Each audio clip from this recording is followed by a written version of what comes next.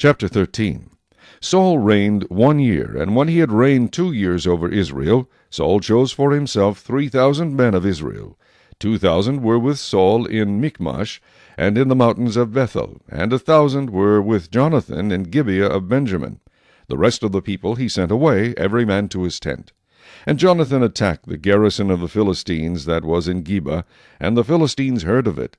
Then Saul blew the trumpet throughout all the land, saying, "Let the Hebrews hear!" Now all Israel heard it said that Saul had attacked a garrison of the Philistines, and that Israel had also become an abomination to the Philistines. And the people were called together to Saul at Gilgal. Then the Philistines gathered together to fight with Israel, 30,000 chariots and 6,000 horsemen, and people as the sand which is on the seashore in multitude. And they came up and encamped in Michmash, to the east of Beth-aven. When the men of Israel saw that they were in danger, for the people were distressed, then the people hid in caves, in thickets, in rocks, in holes, and in pits. And some of the Hebrews crossed over the Jordan to the land of Gad and Gilead. As for Saul, he was still in Gilgal, and all the people followed him trembling. Then he waited 7 days, according to the time set by Samuel. But Samuel did not come to Gilgal, and the people were scattered from him. So Saul said, "Bring a burnt offering and peace offerings here to me." And he offered the burnt offering. Now it happened, as soon as he had finished presenting the burnt offering, that Samuel came. And Saul went out to meet him, that he might greet him. And Samuel said, "What have you done?"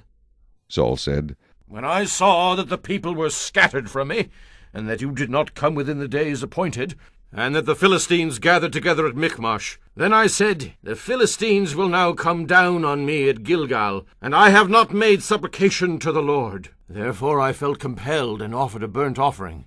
And Samuel said to Saul, "You have done foolishly. You have not kept the commandment of the Lord your God, which he commanded you. For now the Lord would have established your kingdom over Israel forever. But now your kingdom shall not continue. The Lord has sought for himself a man after his own heart, and the Lord has commanded him to be commander over his people, because you have not kept what the Lord commanded you." Then Samuel arose and went up from Gilgal to Gibeah of Benjamin. And Saul numbered the people present with him, about 600 men. Saul, Jonathan his son, and the people present with them remained in Gibeah of Benjamin, but the Philistines encamped in Michmash. Then raiders came out of the camp of the Philistines in 3 companies. One company turned onto the road to Ophrah, to the land of Shual.